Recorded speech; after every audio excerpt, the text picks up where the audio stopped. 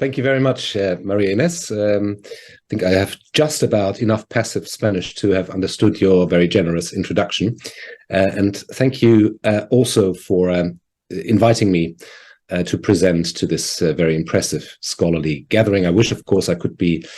with you in Buenos Aires, but at least technology is now allowing us to connect and exchange ideas between people that are physically separated by thousands of kilometers.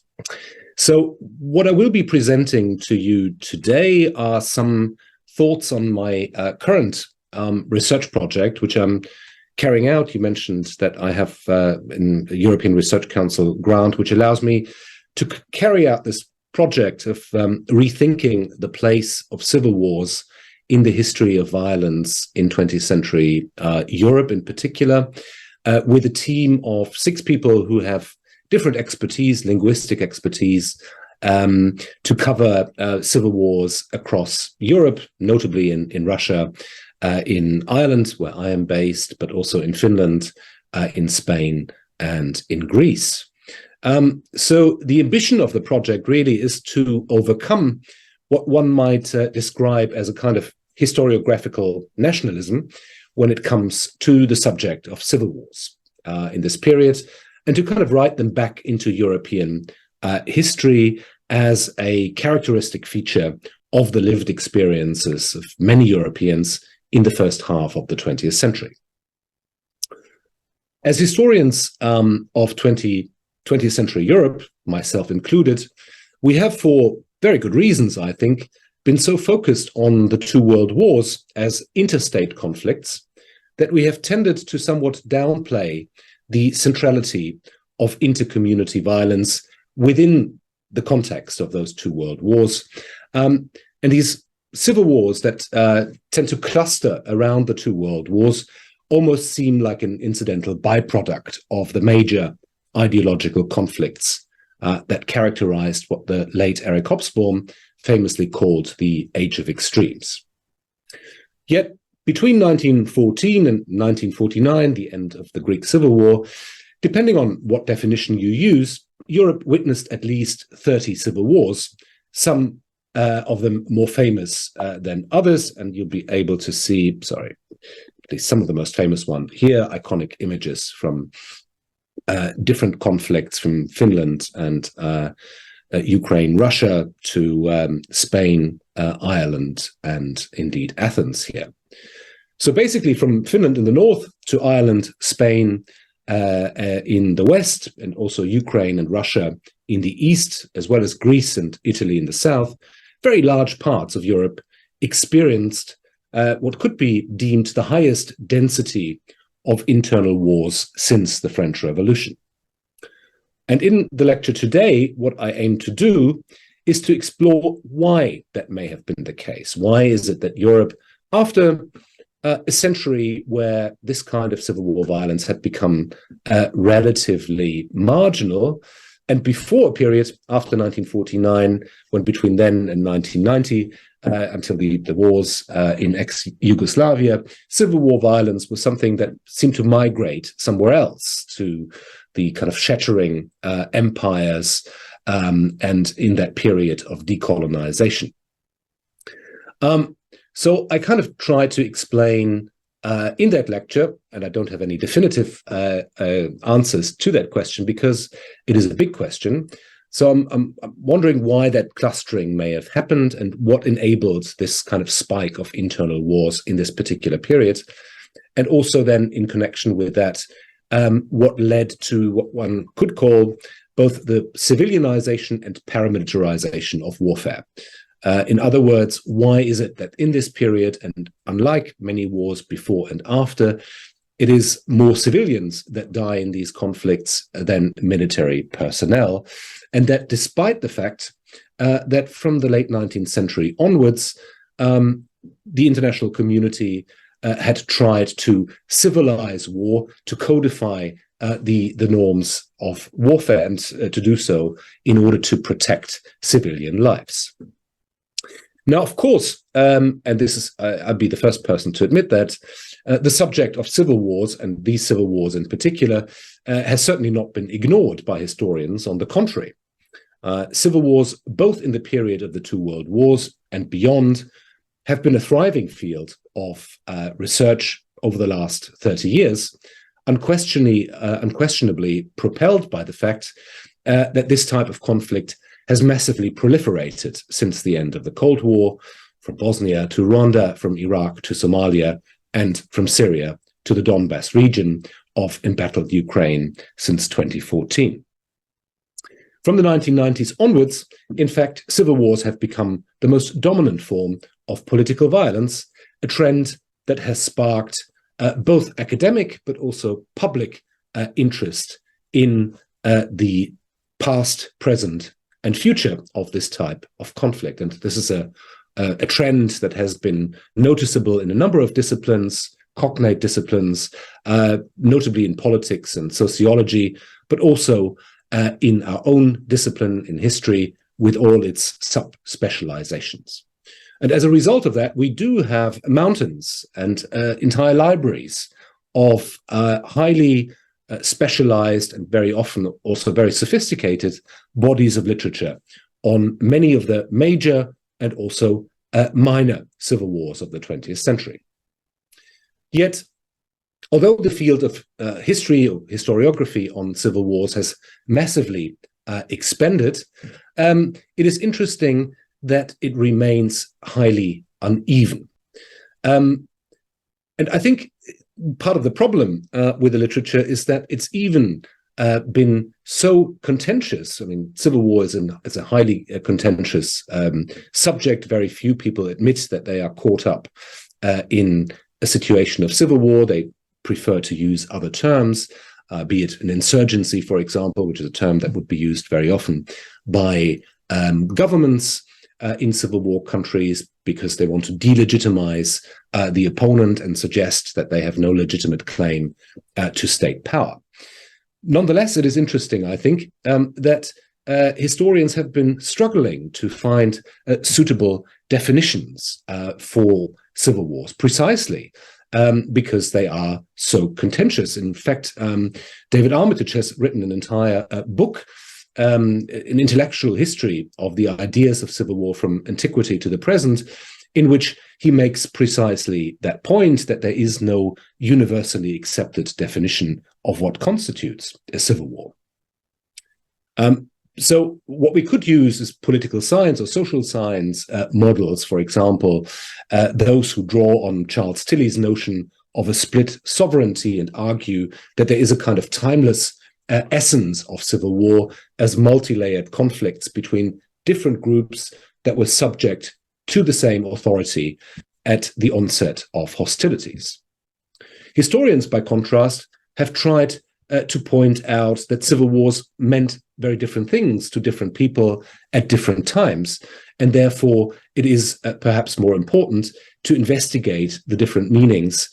invested in the term of civil wars over longer periods of time. Another very important aspect, I think, in the existing literature on civil wars is that by and large, they have been extremely good at reconstructing individual acts of violence, but also the escalation of violence. Yet they tend to be rather inward-looking in terms of trying to explain the density of civil wars, as I just pointed out, which is quite striking in the case of Europe in the first half of the 20th century. So surprisingly, very few people have asked what these conflicts might have in common,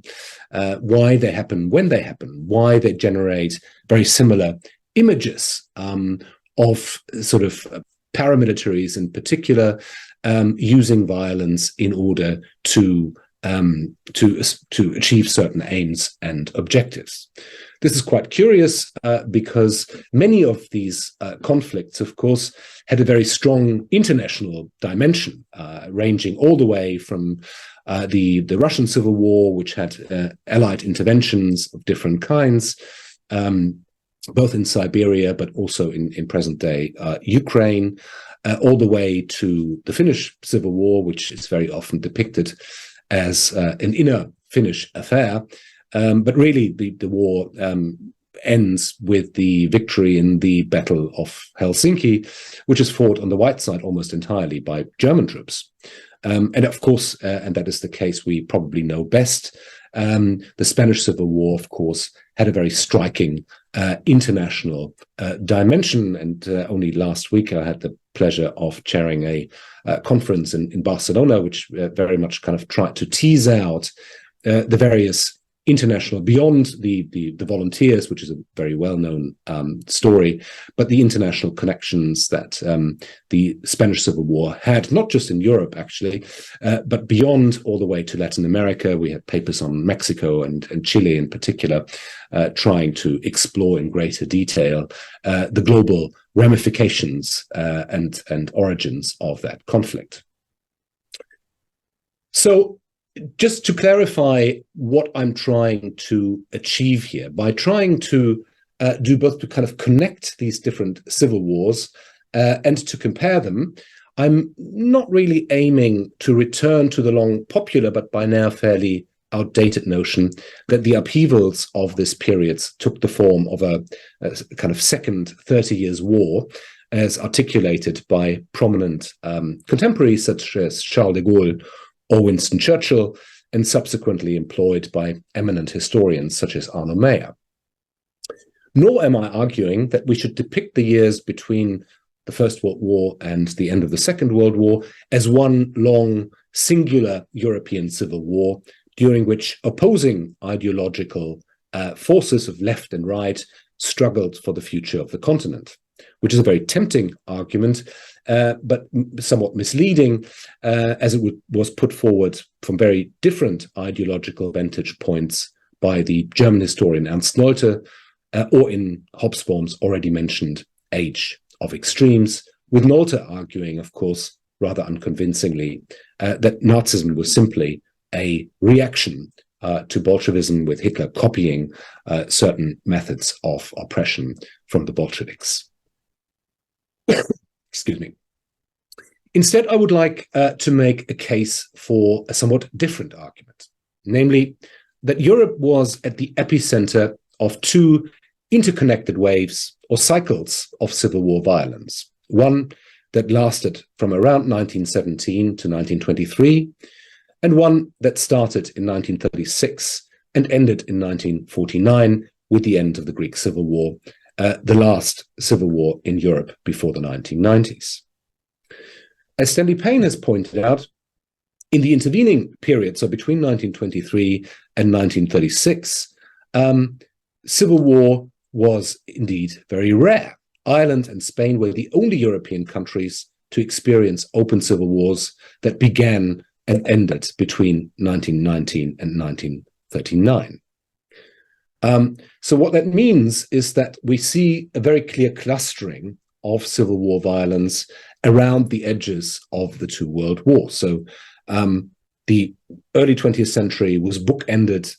by civil war in the wider context of the two world wars, which in many ways enabled them. They destroyed structures without putting in place new one, and thereby opened up spaces in which different armed groups saw the possibility to push through their own political or economic or cultural agendas. Now, what is interesting about these two waves is that neither of these two cycles can really be explained through a simple left-right divide, even though it is tempting to do so. Because quite often, and I'm based in Ireland and therefore sort of also like to use the Irish example to illustrate it, very often they were fought between fraternal enemies with origins in the same political camp. And I'll be showing a few other examples later on, but obviously in the Irish case, that is a very telling one. The two sides in the devastating civil war that occurred here in 1922 to 1923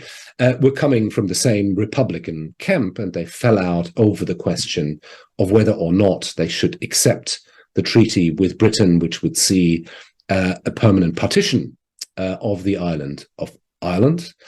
which is very much remains a live issue until the present day, just like the memory of the Civil War is still very raw in Ireland and still divides the political spectrum up until this present day. Instead, I think we need to understand civil wars as a series of multi-layered conflicts in which political divides, often only set on top of other ethnic, religious, socioeconomic, and gender, but also regional cleavages. This is often retrospectively ignored because once the fighting starts, different allegiances seemingly collapse into two apparently monolithic sides divided by an apparent singular fault line, a binary which in reality tended to be a lot more complex. I mean, think of the so-called Russian whites in the Russian Civil War, which really describes a grouping of very different political movements, ranging all the way from the socialist revolutionaries to hardcore reactionary pro-Tsarist ex-officers. So a huge political spectrum that is only united by their desire to overthrow the Bolshevik regime. And you could use several other examples, of course, including that of the Spanish Civil War, where both sides are highly diverse. But nonetheless, when we try to imagine civil wars, we usually see it as a conflict between two sides. But what makes civil wars so interesting as a historical subject is precisely this kind of complicated nature, that frequently you have more than two parties involved. Very commonly, you have significant external involvement. So that kind of brings me back to the issue of definition, because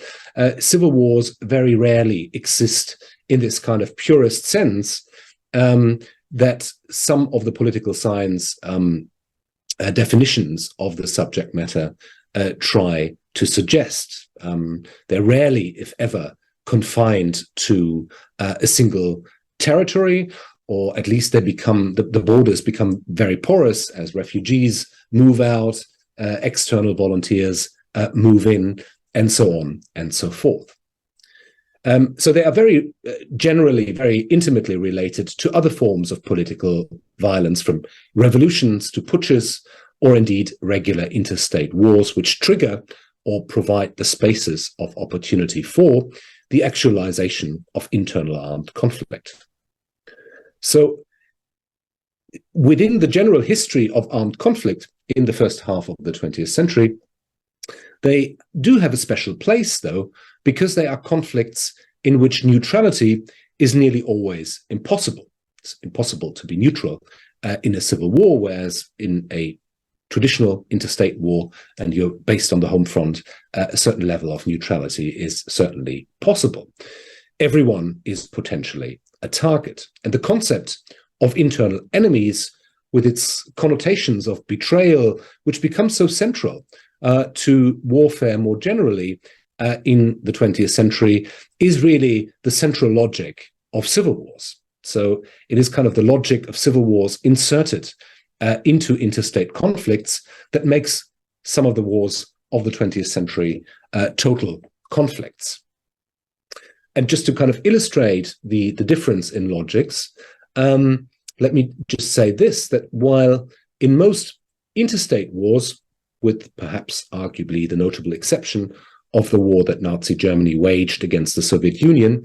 the purpose of interstate wars is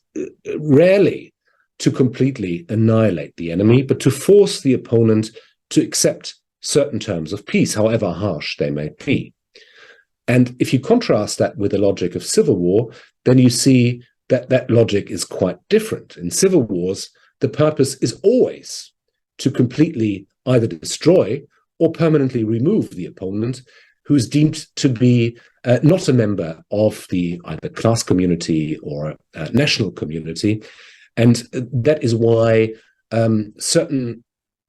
instruments of radical population politics emerge in the context of civil wars, such as partition, for example, or indeed expulsions, as instruments that were originally designed to prevent the escalation of inter-community violence into civil wars. So again, and basically weaving that into what my Dublin colleague and friend John Horn has once described as the emergence of total war cultures or totalizing war cultures, I think it is important to bear in mind, or that would be my argument, that states applied the logic of civil wars to international conflicts, with other states being branded as either exceptionally cruel enemies who do not deserve to be treated according to the laws of war, who use spies and hidden supporters that were ubiquitous within their own borders, which leads to a certain paranoia and desire to weed out those who are felt not to be part of the national community. And these total war cultures tended to outlive very often the interstate conflicts from which they emerged. Think, for example, of the Jews and the pacifist left in Germany, who were branded as internal enemies by the right, and whose removal from society was seen as a precondition for Germany's national rebirth after 1933 by the Nazis. So let me go back to the original question. How can we explain the proliferation of this particular kind of violence in the first half of the 20th century? And I'd like to propose a few kind of macro-historical factors, but I'm fully aware, of course, that this is a huge subject, and that these are kind of more or less the first kind of baby steps towards an integrated history of civil war violence in Europe, and that this kind of macro-historical approach obviously needs to go hand in hand with local, regional, and national perspectives, as well as micro-histories of individuals that are connecting these different civil wars, and I'll return to that point in a minute. But in terms of the macro historical aspect, I mean, if we look at the timing of the intensity and intensification of civil wars, it is obvious that there is a connection between the First World War and the proliferation of civil wars in Europe. And very clearly, the crisis of the European land empires, as well as disagreements about the future direction of a kind of post-imperial politics and society, plays a very important role in all of this. So essentially, we could argue that building on the ongoing economic, socioeconomic changes that occurred from the late 19th century, urbanization, industrialization in some parts of Europe, but also unresolved land questions and ideologies, isms of different guises that had created the potential pre-1914, or in the case of Russia in 1905, the reality of revolution. It really was the First World War, broadly defined, that was to become perhaps the unintentional enabler of imperial crises and eventual imperial collapse. So the first of the macro-historical factors that I think help to explain the proliferation of civil wars in this period is thus the crisis of empire accelerated by the First World War. And I think it is worth bearing in mind that before 1914, Europe was largely a continent of land empires, but really both land empires, such as the Russian, Austro-Hungarian, or Ottoman empires, and also the blue water empires of Britain, France, the Netherlands, Belgium, and others, Portugal. The world of empires had obviously come under strain by the first decade of the 20th century, but there was very little to suggest that the days of the European land empires were numbered. This really only fundamentally changed with the Great War, as national revolutions altered the map of Europe, and you can compare the two that I've provided here on the slide, that transformed the European map much more profoundly than had been the case at any stage in the modern period. With that began a prolonged process of violent ethnic unweaving and social engineering that transforms these once polyglot and multi-religious communities into ethnically clean spaces by the time that the Second World War had ended and the subsequent expulsions had been carried out. And this really is a kind of a drawn-out process which arguably began in different parts of Europe at different times, but certainly one of the earlier examples would be in the Balkans during the Balkan Wars of 1912 to 1913, in which massacres against Muslim minorities were widespread and carried out by both soldiers and paramilitary irregulars. And indeed, there is a kind of knock-on effect also for interethnic violence carried out in the shadow of the First World War, in the sense that you have hundreds of thousands of Balkan Muslim refugees and expellees who are uprooted from their homes, and that in turn leads to a major political radicalization in Constantinople as well, which has a devastating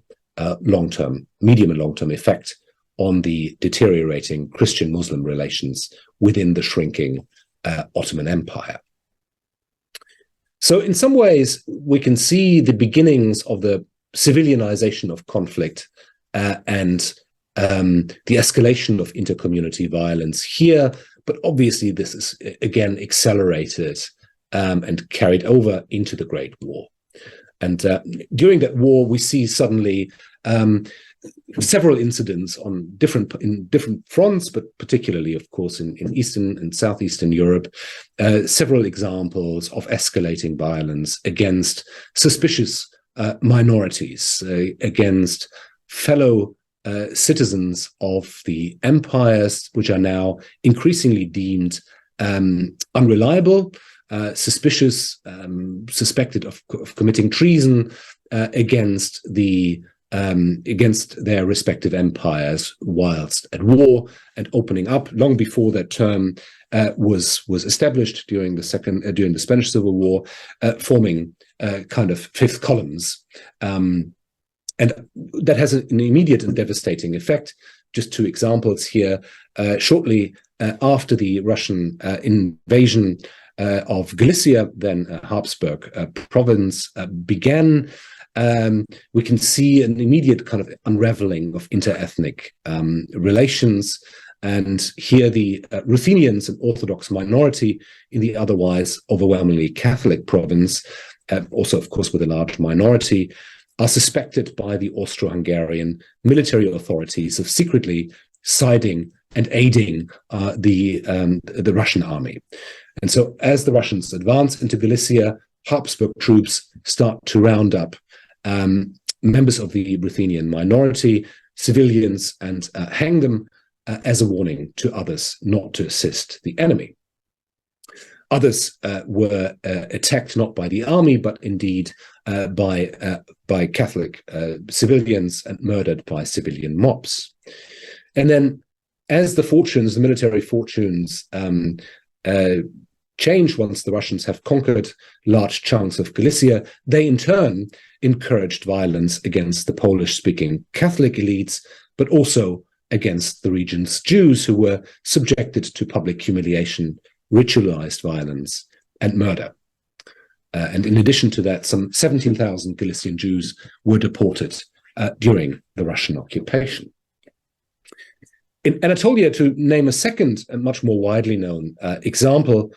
more than a million Christian Armenians died during the Armenian genocide. And as scholars such as Donald Bloxham, Ugo Unger, and others have pointed out, the Arget had multiple connections with the Balkan Wars. Many of the leading CUP supporters hailed from there, as did many members of the so-called special organization that was at the heart of the implementation of the genocide. So we can see that there are connections between these cycles of ethnic engineering through expulsions or population exchanges, and indeed genocides that ended centuries of largely peaceful, multi-religious and multi-ethnic cohabitation in Central, Eastern and Southeastern Europe. And that would continue again in the later 1930s all the way until the later 1940s with the mass expulsions of various minorities from their homelands. The second major macro-historical factor, of course, is the Bolshevik Revolution of 1917, and I would not want to deny the importance of ideology in the overall story, even though I would argue that ideology is only one of several factors that contributes to understanding why that may have been the case. What is clear is that the Bolshevik Revolution of 1917 injected new dynamics into European and indeed global politics, and undoubtedly also altered the logic of civil war. The years after Lenin's seizure of power saw a massive proliferation of ideologically charged civil wars, as was the case in Russia itself, but also in Finland, in Hungary, the Baltic states, Poland, and parts of Germany. War and revolution opened up spaces for violent non-state actors who fought in the former territories of collapsing or collapsed empires over land,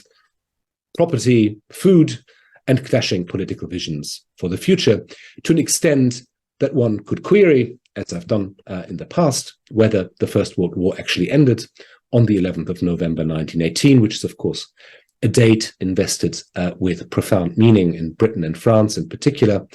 but also a date of very limited significance to most of the other combatant states of the Great War, notably those in the eastern half of Europe, where violence pretty much continued unabated for many years. And as I said, the somewhat frustrating thing, but also the attractive thing about civil wars in this period is that they are connected here to at least two other forms of political violence that seem to go hand in hand with them, such as traditional interstate wars, such as the ones between Greece and the Turkey Ottoman Empire, but also between Poland and Russia. And within these conflicts, you have smaller intercommunity conflicts that are often playing out in particularly violent ways. So in this overall very confusing picture, you can see that between 1917 and 1920 alone, Europe experienced no fewer than 27 violent transfers of political power, many of them accompanied by either latent or indeed open civil wars, with the Russian case obviously being the most extreme in terms of devastations, lives lost, etc. But in countries like Finland, for example, which is of course a much smaller country, similar in size to Ireland, the conflict is nonetheless extremely brutal, claiming the lives of over 1% of the overall population, which is, I think, very significant and helps to explain why it features so prominently in the collective memory of countries like Finland. The Russian Revolution, I think, changed both, not just in Russia, but also elsewhere,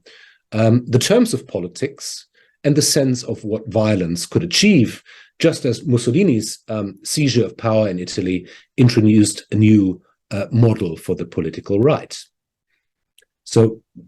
I think what is important to bear in mind here is not just the event itself, but also the mobilizing impulses that come from both the Bolshevik and fascist states, both of them in many ways paramilitary states, born out of paramilitary movements and movements that are propped up even subsequently by their paramilitary organizations. So while it is tempting, as I said earlier on, to describe all this through a clear binary left-right divide, it is once again perhaps important to recall that many of these groups came from similar political background. After all, Mussolini started his career as a socialist in Ireland. You had Irish Republicans primarily divided by the Anglo-Irish Treaty. In the German case, where you have kind of episodic violence in places like Munich and in Berlin, which for a long time was actually underestimated. These are really kind of scenes of open civil war with aerial bombardments, heavy field artillery being used in cities like Berlin, and so on and so forth, and more than 1,000 dead within a matter of days. But again, here in Germany, you have sort of a divide between different factions of the Social Democratic Party, between the so-called majority Social Democrats, which are hesitant, or rather very hostile to the idea of a Bolshevik revolution, and at the same time independent Social Democrats like Rosa Luxemburg and Karl Liebknecht, who are in favor not of a Bolshevik revolution, but of a more radical social revolution that should follow the political one. And then to confuse things even more, in addition to these kind of divisions, you have all sorts of other political affiliations, be they green or black or confessional, which I think further complicate the picture of fractured politics of interwar Europe. In any case, what is remarkable is that these conflicts go as quickly as they came, because this period of convulsions in European history between 1917 and 1923 really comes to an end in 1923, by the end of it, when most of the civil wars have run their course. Things like the Franco-Belgian occupation of the Ruhr are over, and you can see that there is actually a post-war period, at least a shorter one than was long assumed, not so much after 1918, but there is a post-war period that begins in late 1923, early 1924. Nonetheless, what doesn't really go away in those intervening years between 1923 and 1936, the beginning of the Spanish Civil War, is what one could call paramilitary subcultures. Martin Conway, I think, described this really well by calling this transition one from armies to armbands. Basically, that you have, on the one hand,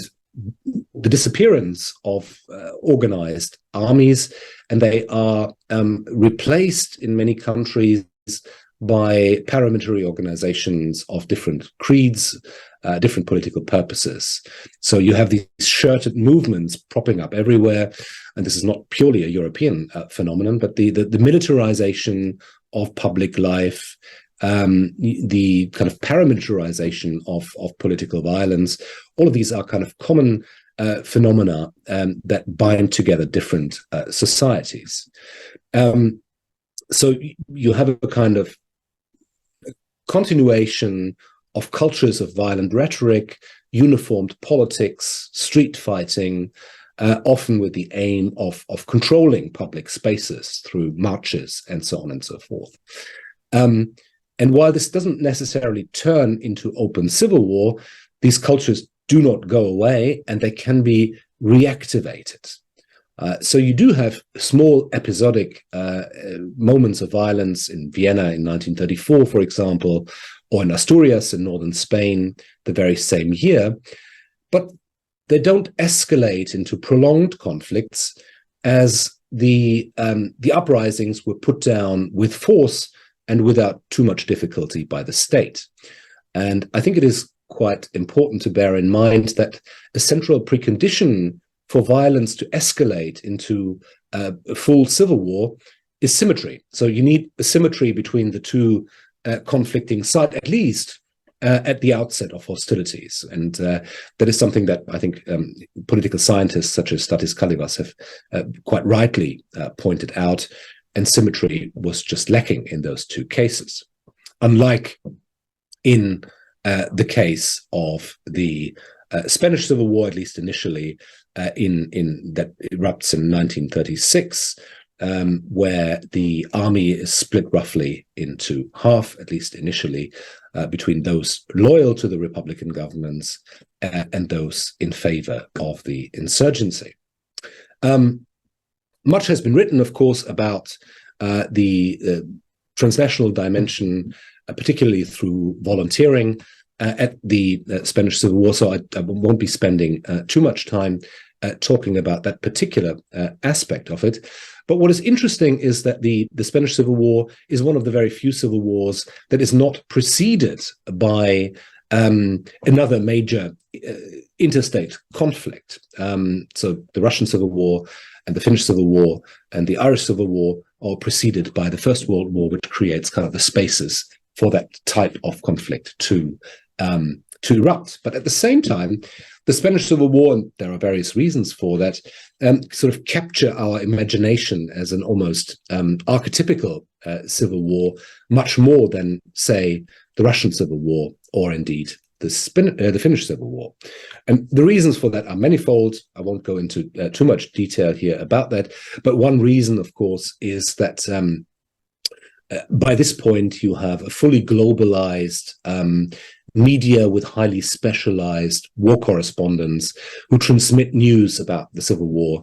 very quickly, who write about that. I mean, Hemingway is just one example of many, and therefore kind of capture the imagination of people in a very different way, also because it seems like this localized clash of global movements that can also play out in different forms in other parts of the world. And as such, of course, it has always been kind of highlighted as a connection or a bridge into those conflicts that occurred under the shadow of the Second World War, which is not a coincidence. Obviously, many Republicans, after the defeat, move into France, become also volunteers, and formed the backbone of the French resistance during the Second World War.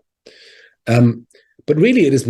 what really kind of internationalizes it properly is, of course, the outbreak of the Second World War, which leads to the collapse of states that are being conquered and occupied, once again opening up spaces for violent clashes between rival political projects within these occupied territories, divisions between collaborators and resistors. So in all of Nazi-controlled Europe at the peak of the Second World Wars, non-German auxiliaries and collaborators, often with their own political agendas and scores to settle, play a very crucial role, with similar patterns of violence and retaliation, then again retaliation by the resistance across the occupied and subsequently liberated territories. And there's, of course, a vast literature on these extensive conflicts, but perhaps with relatively few comparative works that seek to tease out to what extent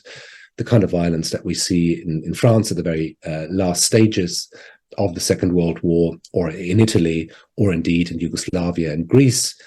might be similar or different, might be connected or not. And I think by looking at this sort of type of violence, we can also kind of blur the distinction between a Second World War that ended neatly in 1945, which is obviously not the case in large parts of Eastern Europe, where partisan activity, anti-communist partisan activity continues for many years, or indeed Yugoslavia or Greece, where the civil war kind of rages until 1945 and 1949, and we have different forms of highly sort of personalized, privatized violence occurring. Now, I realize that I could be talking, might be talking about some of these things in Q&A, if indeed we have time. But let me just very briefly sort of offer some reflections on what I'm hoping to achieve with this project, apart from new empirical data on the differences and similarities between different civil wars, but also actors that moved between them. So I very much view civil wars in this period not so much as examples of national peculiarity, but rather as transnational phenomena, particularly in the geographical peripheries of Europe, with admittedly strong regional and national and also local variations between them. They were not so much a peripheral issue in European politics at the time, something that kind of was just a byproduct of two big wars that, for very good reasons, we have been fascinated with and have studied for many, many years. But actually, I think in some ways, precisely because of the importance of civil wars in achieving this civilianization and paramilitarization of armed conflict, are really at the very heart of violent experiences in the 20th century. Last but not least, and I didn't get a chance to talk about this in view of time, but I'm very happy to answer questions on that, is that we see a kind of an emergence of very interesting transnational milieus of different groups of people who often pop up in a variety of these civil wars. And they range from what I would call securocrats, so professional military advisors, and there are some striking examples of that, who sort of advise governments on how to respond to the threat of civil war, but also practitioners of violence who, for a variety of reasons, money, adventurism, and whatnot, ideological conviction, move between these conflicts, be it as communists, but also ardent anti-communists. Then you have, of course, refugees who themselves can become perpetrators of violence in different contexts, but also the increasingly professionalized milieu of international humanitarians who are very clearly learning from these different conflicts and sort of building their own roadmaps how to better protect civilians in the future. So those are some of the main points I wanted to make, and obviously I'm very happy to answer any questions that you might have in the remaining, 10 minutes or so. Thank you very much for your attention.